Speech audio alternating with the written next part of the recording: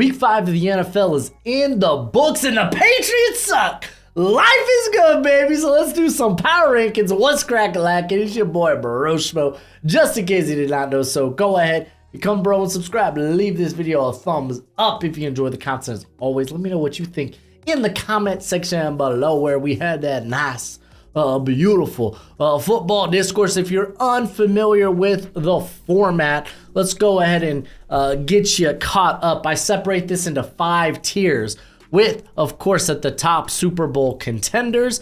Next, I have playoff teams I'm like, absolutely, these guys will be in the postseason. Playoff contenders, then I have could be but unlikely, teams that may surprise and maybe sneak into the playoffs, but I think it's highly unlikely that they do. And then, of course, bottom of the league, the worst of the worst, and we're gonna start there. And we got to start, well, with the Carolina Panthers. Bryce Young looked better this week, I will say that. He was making some of the big time throws. Yeah, okay, there was maybe like a couple of bad throws. The interception was pretty bad. But like defensively, this team's beat up, and it shows. They got mollywopped by the Lions. They're just not a good team. The offensive line, like Taylor Moton probably had his worst game of his career this past week. Chandler Zavala exited the game with a neck injury. Hope everything's a-okay with that. He was able to fly back with the team, but he hasn't been that good this year. But he's also like a 4th round rookie. You don't expect him to be good. So yeah, it's just it's a first time coach, not first time, but first year coach, and a rookie quarterback. Yep, that's how things go. Next, I have the New England Patriots. Things are bad in Foxborough. Defensively, I figured this team was going to look good. They lost Christian Gonzalez for the season, who was having a phenomenal rookie season. Matt Judon, arguably maybe they're the best defensive player. So yeah, the defense probably wasn't going to look good. But this offensive line has been bad all year. Michael Onwenu, I think, exited this game as well. But like just even him and David Andrews, they haven't been good this year because everything around them is just really bad. Oh, the offensive line is terrible. They lack playmakers, and Mac Jones is just bad. You could be like, well, of course he's not going to succeed in this type of situation. Listen, he hasn't really been good since his rookie year, and this is a guy that came into the league with limited arm talent, and he hasn't looked good since week 1. This team's bad.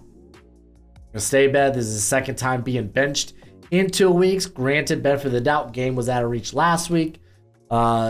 This week it was much more of a, oh no, we're playing bad. We need something to change. Mac, you got to get out of here. Bill Belichick did come after the game and say, listen, this isn't just Mac Jones's fault. Everything is bad right now. Everything's just going horribly. No one's playing well. And that's just the truth. It is the uncomfortable truth there in New England. And what next year will be Mac's 4th year. I think you probably look at quarterback because you're probably like in the draft, because I don't think, you don't move forward with Mac Jones. You just don't. Hopefully things are better elsewhere for him in his next contract. But if you're the Patriots, you're like, no, we're probably now in this tank for Caleb area. Next on the list, I have the Denver Broncos. Honestly, the offense, it's looked better than last year. That's not saying much. This team offensively still goes through droughts and dry spells. They had a chance to win the game there at the end, and they had the strip sack that led to a touchdown, fumble 6, so to speak, which I didn't even mention. Mac Jones, he has now had 2 pick sixes in consecutive weeks, along with a fumble 6. But yeah, no, they had the strip 6 at the end of the game there that turned into 2-score game, and they ended up losing. But even more, the defense is terrible. Vance Joseph's going to get fired. Probably can confirm. And now Sean Payton, gotta wonder, oh man, I just talked all this crap about, oh man, this was the worst coaching job last year here with the Denver Broncos, and now you're just looking at your team like, flip. We just lost this grudge match. This sucks. It's kind of where it's at with the Denver Broncos. Then coming in at number 29 in these power rankings is the New York Giants. The offensive line is horrible. Andrew Thomas returning means nothing. This offensive line is still not going to be good. Saquon Barkley, maybe the offense will look a little better with Barkley. But Daniel Jones, you could say, man, he's not getting much time to throw the football. He's getting sacked every other play, but like, you're probably you're regretting giving him that contract. Granted, you could get out of not this season, off season, but next off season.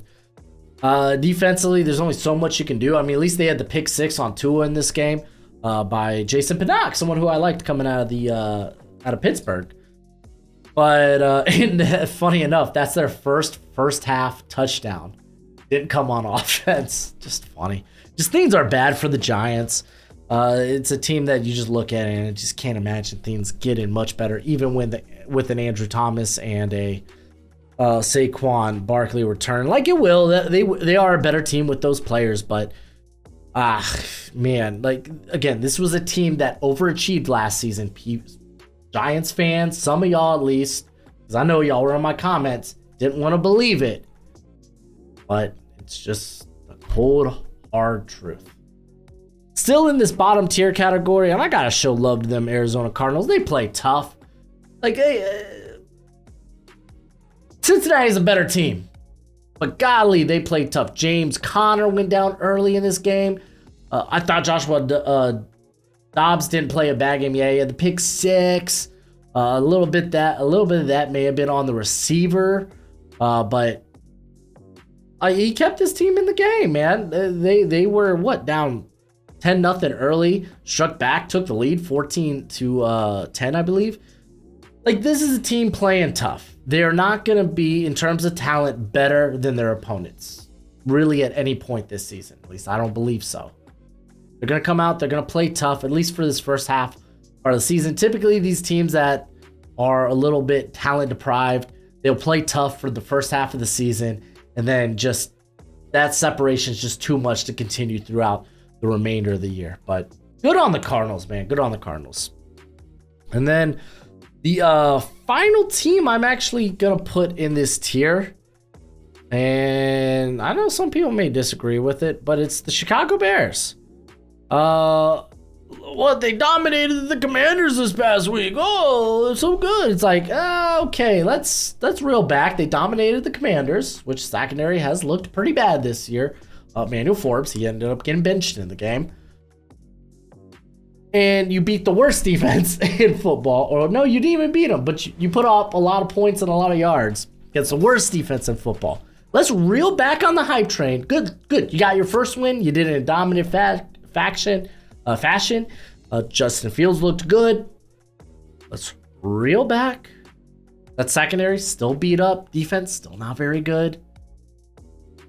Let's reel back and let's wait. I still think this is a bottom of the league team. Let's give them a few weeks, maybe against some better competition. Matter of fact, who are the Bears going up against in the next couple of weeks here? So they got the Vikings. The Vikings, honestly, I'm going to talk about them a little later. I don't think they're nearly as bad as their record. The Raiders, okay. Okay. Chargers, okay. You know what? Maybe the Bears could go on a decent little run before their schedule gets a little bit harder. Honestly, their schedule is not even that hard. Not even that bad. I mean, having to face the Lions twice sucks, but I mean, hey, that's a division team. That's your division rival. Kind of is what it is. So, I don't know, man. We'll be on Bears watch for the next couple of weeks. I like to be pretty conservative when it comes to these rankings. You know, I like to give benefit of the doubt, at least for a week. But let's go ahead, move to this next category, being the could be but unlikely. We're going to start with the Green Bay Packers. Jordan Love, 3 interceptions. Granted, I think the first on him. The second, I thought was just a great play by Marcus Peters to get a hand to contest that catch and pop it up in the air. Funny enough, both to Robert Splain. And then the last one, I'm going to be honest, I thought was pass interference. A little bit. Really did. I thought Christian Watson was trying to work his way back to the ball and was unable to. But you could also make a case that the defender was going up to make the catch, so he has every right to make a play on that ball as Christian Watson. So that one, you can leave up to interpretation, you know. But he Love just wasn't great in this game. They were able to get the running game going somewhat with A.J. Dillon, but golly, this team's missing Aaron Jones. Defensively, like, I thought the defense played as well as they could with Quay Walker having to exit the game early, but offensively, this team needs to do way, way more, and that does kind of fall onto the shoulders, unfortunately, of Jordan Love. So they were actually my biggest faller here. I think they're more in this, like, bottom tier, like, could be but unlikely range rather than they are playoff contender. Oh man, I'm getting choked up because I gotta talk about this game again with the Las Vegas Raiders. The run game wasn't great. You had like two big runs in the second half that went for 30 yards for Josh Jacobs, but the run blocking hasn't been good. It's basically Max Crosby making plays out there. Defensively, like, this is the only guy bringing the heat, bringing the pressure. Malcolm Kuntz was looking good, but again, injured in this game. And ironically, like our last watch along for the Raiders when they took on was it the Rams? Wasn't the Rams? Who did they take on? Steelers. Kuntz got banged up in that game, so hopefully he can stay healthy because he's been productive when on the field for them.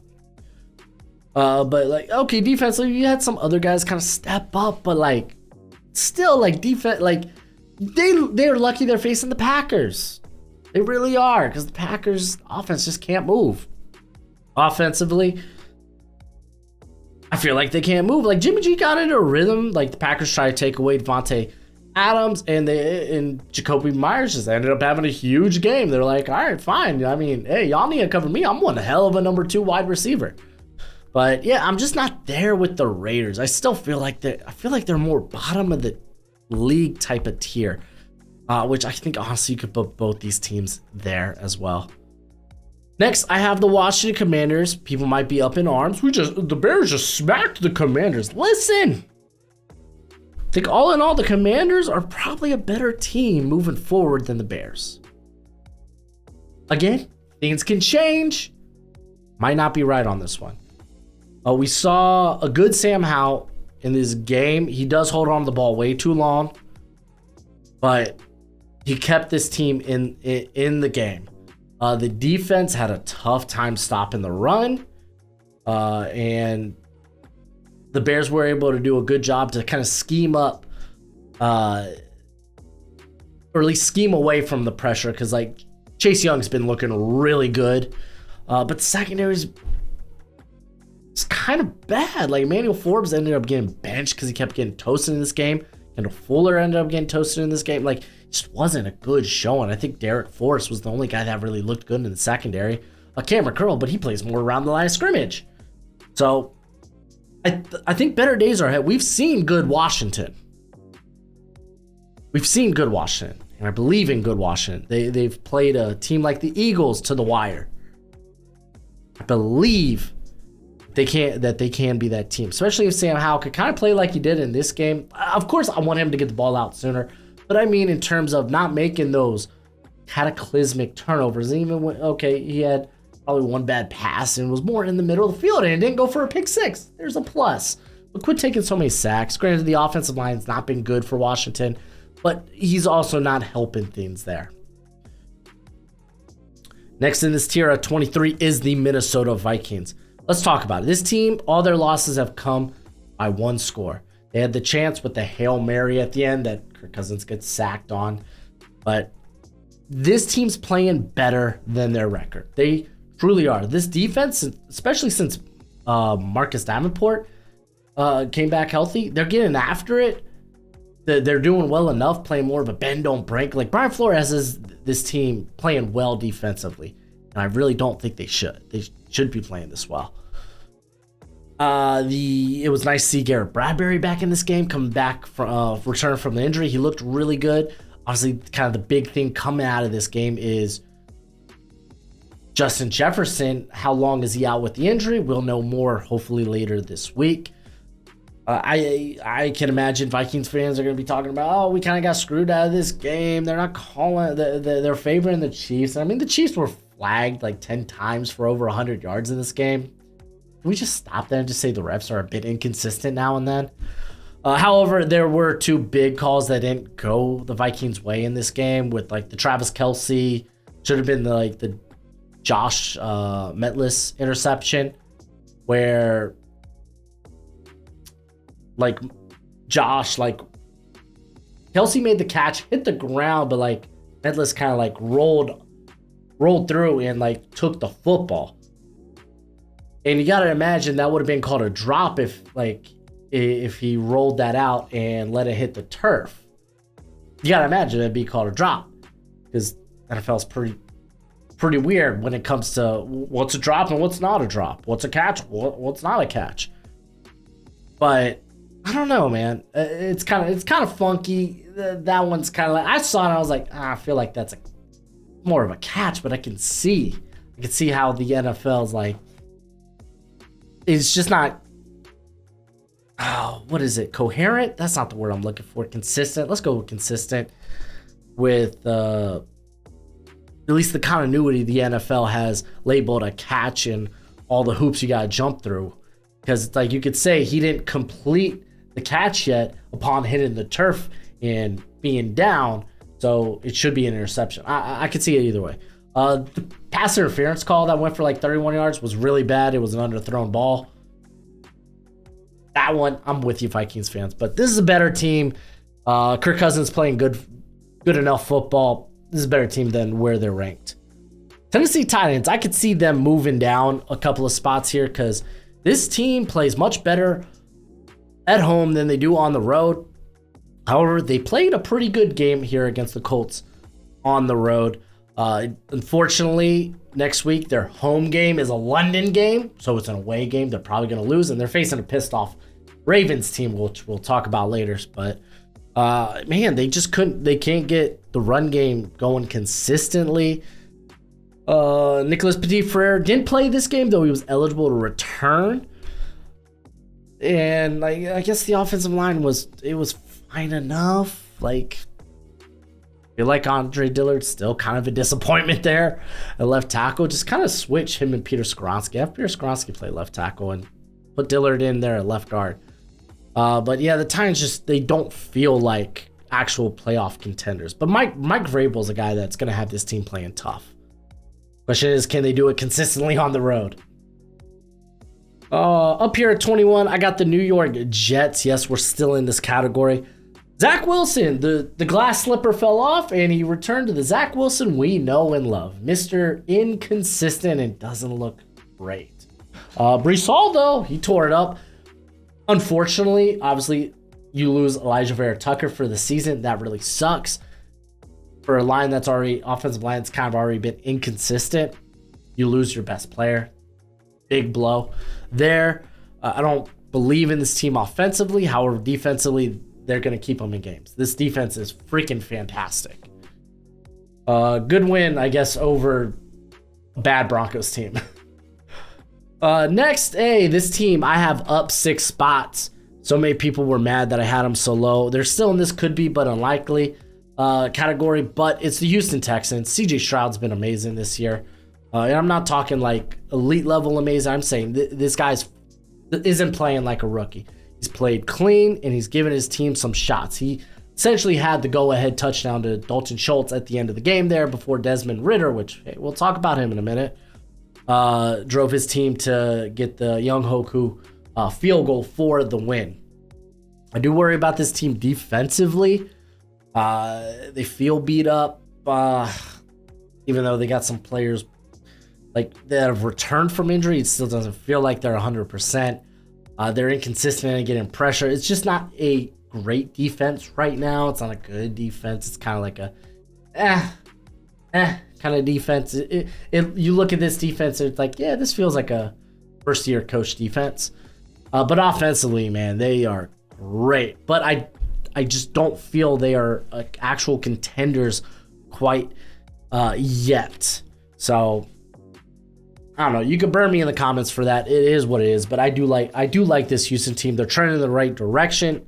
They're just not there yet for me. I want to give a quick shout out to Underdog Fantasy. When you use promo code Broshmo, when you sign up at Underdog Fantasy, they will match your first deposit up to $100 dues. So if you use promo code Broshmo when you sign up and your first deposit is $50, they're going to give you $100 to play with. If it's $75, they're going to give you $150 to play with. Or if it's $100, they're going to give you $200 to play with. They're the best place. If you like weekly best ball, personally, I'm a big favorite right now of the player prop bets. Going higher or lower on either fantasy points, yards, completions, stuff like that. I'm having a real fun time with that. And you can actually catch Gojo's player prop bets of the week on our NFL picks and bets video, and I talk about my college bets in that video as well. So that'll actually be out on Thursday. So check that out as well. But let's go ahead, get back into the power rankings. We're going to go ahead and move on to the playoff contender tier. I'm going to start with, the Rams. LA Rams played a close game against the Eagles, but Eagles dominated the time of possession. Cooper Kupp looked really good in his return game. And you know what? Him and Puka, they both can play on the field and be good. You love to see it. Offensive line still bad, and defensively, Aaron Donald didn't have one of his great games, but they essentially lost the game in the trenches. They were overpowered by the Eagles, but this is definitely a better team than many people, me included, anticipated. At number 18, I got the Indianapolis Colts. Good win. They have one of the best backup quarterbacks in the game in Uncle Rico Gardner Minshew. It's Minshew Mania 5 at this point, because now Anthony Richardson down with the was it an AC joint injury, I believe, but he's definitely not playing next game. But I think that's fine. Gardner Minshew can operate and run this offense. The offensive line's really good, opposed to Blake Freeland. He's a rookie, is what it is. Hopefully you can get Bernard Ryman back. And I've never been a big Will Fries fan, but it is what it is. But the run game, man, Zach Moss getting it done. Jonathan Taylor, he's back. He's happy, but he's on a pitch count. And defensively, Gus Bradley is having this team playing well. Gus Bradley, to me, he is he's a fine middle of the road DC. And you're going to get that from the defense, but that's a lot better than that you could ask from a majority of the league. Look at Vance Joseph, look at Joe Barry. Look at those defenses. Jack Del Rio currently. It's better than what you're getting from other teams around the league. Gus Bradley is fine at defensive coordinator. Might not love him, but I don't absolutely hate him. But he's having this team's playing well. I think they are absolutely contenders there. And then big win here for the Pittsburgh Steelers. I think they're headed into their bye as well. A lot of people were mad that I had this team so high last week, and I was like, no, I feel like they're a middle road team. This is Mike Tomlin, guys. Don't forget, just because they got smacked by Texans doesn't mean that's going to be a rinse and repeat every week. And they come out and have a big win against the division rival Ravens. They're in Pittsburgh. Yeah, no, it was Pittsburgh. Why did I think it was Baltimore for a second? The defense was great. Again, they were kind of aided by some of the things Baltimore did offensively. But Kenny Pickett played a clean game. He had the big-time throw to George Pickens off the audible, led to the touchdown. You love to see it. This offense, when they're playing mistake-free, they can play fine enough. By the way, Jaylen Warren outplaying Najee Harris. First-round pick on running backs? No, thank you. Unless it's Bijan, of course. Do love me Bijan. So, yeah, guys, Mike Tomlin, he's the coach here. You think this team's going to finish with a losing record? I projected it last year. If it wasn't going to happen last year, I don't think it's happening this year. At number 16, I have the Atlanta Falcons, the team that beat the Texans. Desmond played his best game of his career. There, I said it. Made some throws in this game. It looked good. Kyle Pitts was involved. Drake London was involved. It was great. He led a game-winning drive that led to the game-winning field goal. Great. Can we see this consistently? I don't think so. It's like, hey, oh, he's a young quarterback. Give him time. It's like, okay, let's give him time. But he was god-awful to start the year. So you got Tyler Heineke back there. You know the guy can sling. I'm ready to pull the string on Desmond Ridder. The moment he starts like, hey, our offense can't run like this. You got to get out of here. So there it is. There's my take. Also, Atlanta pass rush needs to be better. Next is actually the New Orleans Saints. We're actually going to see. We could talk about all these teams. Bucks are on a bye, so I'm going to go ahead and keep them here. We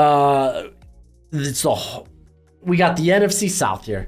Bucks were on a bye. They're not moving anywhere in my rankings. But Saints, you mollywopped currently one of the worst teams in the league. Cool. Derek Carr actually looked really good in this game. The defense looked good, but the defense looks good almost every week. But you need Derek Carr, this offense, to kind of operate. The offensive line played a real game. Like Cesar Ruiz, I think returning from, I think it was the concussion. I'm not positive. Don't quote me on that. But he returned. This is his return game, and he looked great. So, like, hopefully this is a sign of things to come. Can Derek Carr continue to play like this? That's kind of a big question for the Saints. At number 13, it's the Browns. They were on a bye, so I didn't move them. Next team, it's the Chargers. They were on a bye. They actually dropped a spot only because I had to make room for this team that actually I'm putting in my next category in the playoff teams, and it's the Cincinnati Bengals. Welcome back. And y'all remember that Mace took the sample of Welcome Back? Ooh. Love that song.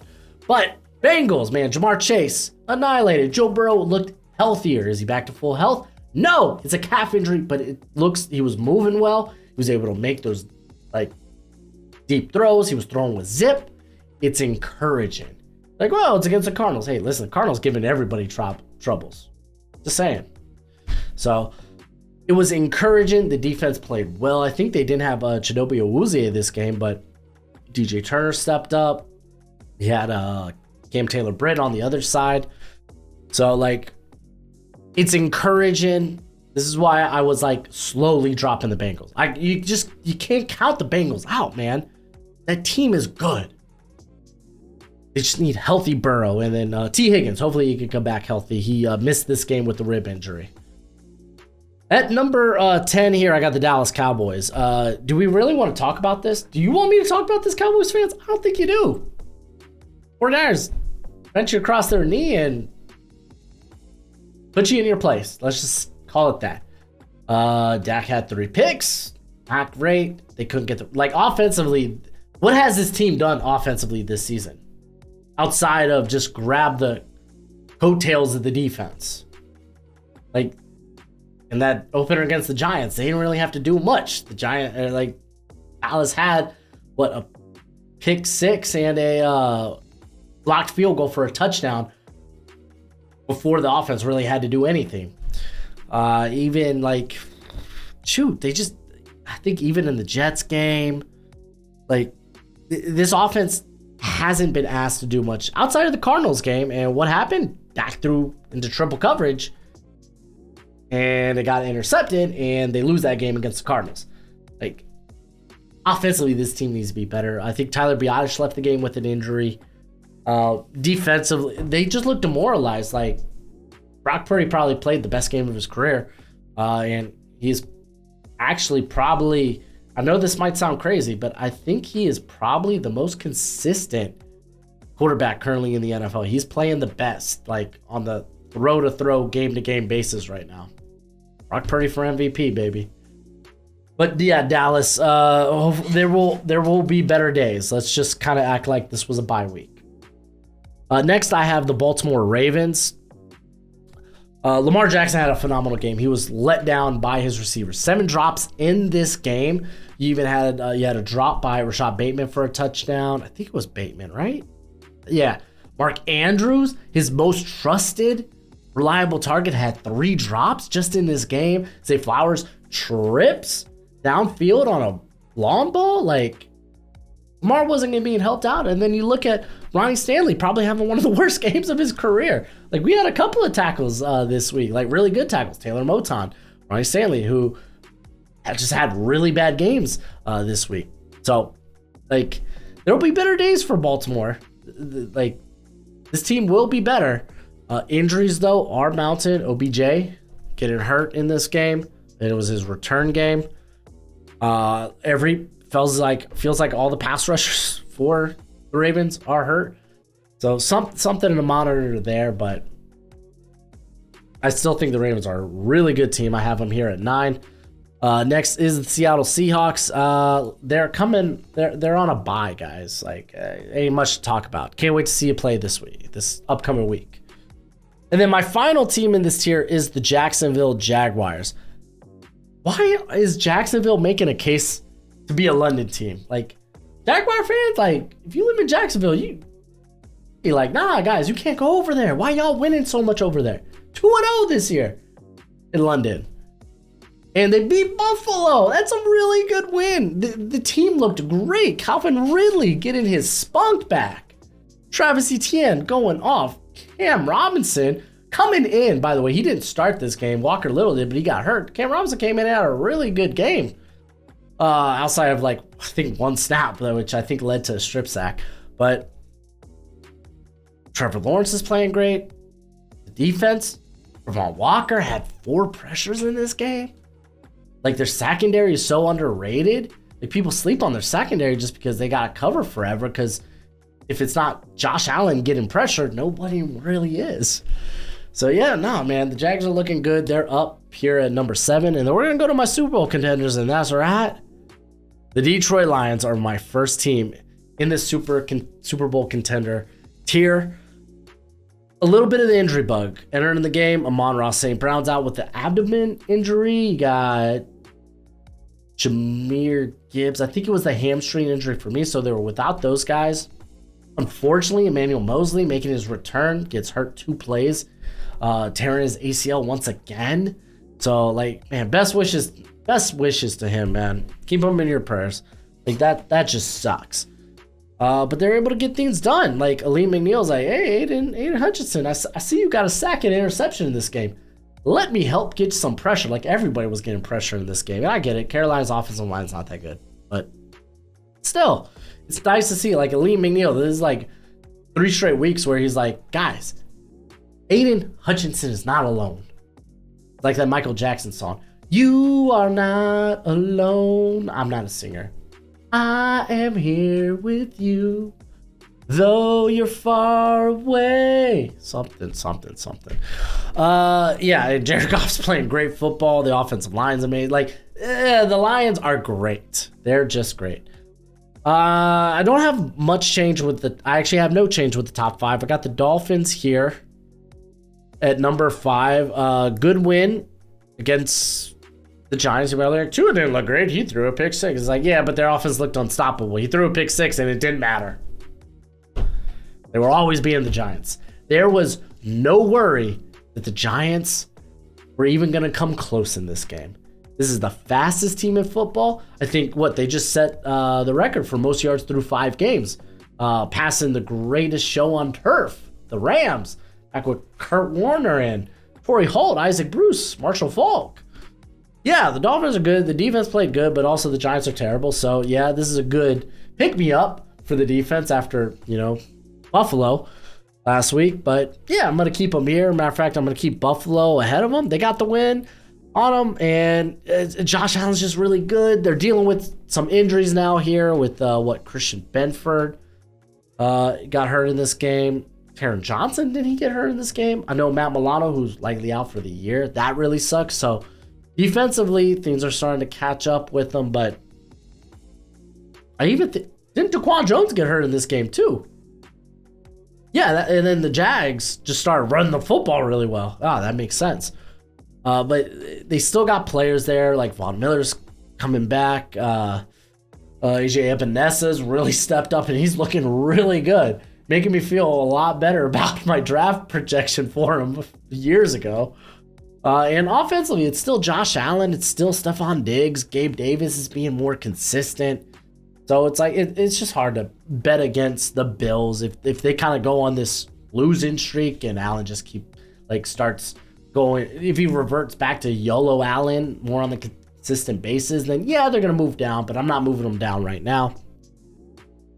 Philadelphia Eagles, they won the possession game and they destroyed the trenches. If you want to talk about the tush push, I don't care. It's a football play. You're like, oh, it's so unfair. Just stop it. Like, teams in the NFL against other teams have shown they can stop the tush push. Do what they did. It's basically like a big scrum. It's not like a quarterback sneak. You don't try to like cut under. Like this it's literally like tug of war, right? It's a momentum battle. You got to keep the legs churning and keep push. Don't allow the offensive line to push you, because when that next wave of whatever is it, the running backs, AJ Brown, that are pushing Jalen Hurts, that you're not going to be able to deal with that next wave. So you got to just keep churning, keep pushing, and you got to kind of come in with your own battering rams via the linebackers. You can't stop it traditionally or like a traditional QB sneak. But regardless, for me, the biggest controversy is people calling it the brotherly shove. Stupid. Tush push, way better name. Regardless, Eagles, really good squad. Jalen Hurts is starting to look more like last year's Jalen Hurts, making these big plays. Number 2 is the Kansas City Chiefs. Their dynasty. Mahomes is great. Travis Kelce. Oh no, was he hurt in this game? He came back and scored a touchdown. Everything's A-okay. So yeah, offensive line actually looked fine. A lot of the pressure in this game created by Minnesota was via like blitzes or Mahomes kind of extended plays, which that's Mahomes technically does create a lot of like pressure on himself. Just he's that good. He's that his pocket movement, his movement in general is just it's tough. It's tough. It's tough. Number 1, it's the freaking 49ers, guys. The Niners have lit up everybody they've come into contact with. Like, they have beaten every team by multiple scores. Don't give me that crap. Oh, the Rams, they only lost or beat the Rams by 7. The Rams kicked a field goal at the end that didn't matter, or else that would have been a 10-point loss. Stop it. Yeah, this team's unstoppable. Brock Purdy is running this offense, no problem. CMC is running, no problem. Brandon Ayuk, let's talk about Brandon Ayuk as a top 10 receiver potentially in this league. He is taking that big of a, not even that big of a step. He was a very good receiver last year. You still got Deebo Samuel. George Kittle, he had only 3 receptions in this game, and they were all touchdowns. Defensively, golly, Travarius Ward, low-key underrated corner. One of the better corners in this league. I don't know if I'd put him top 10, but he's in that top 15 mix for me. Fred Warner, Drake Greenlaw, absolutely the best linebacker combo in all of football. They're great. This is a great team. Yeah, they should be the favorites right now to win the Super Bowl. No one's come close. But that's it for the video. Let me know what you think in the comment section below. Let me know how I got it wrong, because I love those comments. But as always, until next time, you be easy, my friends. Later.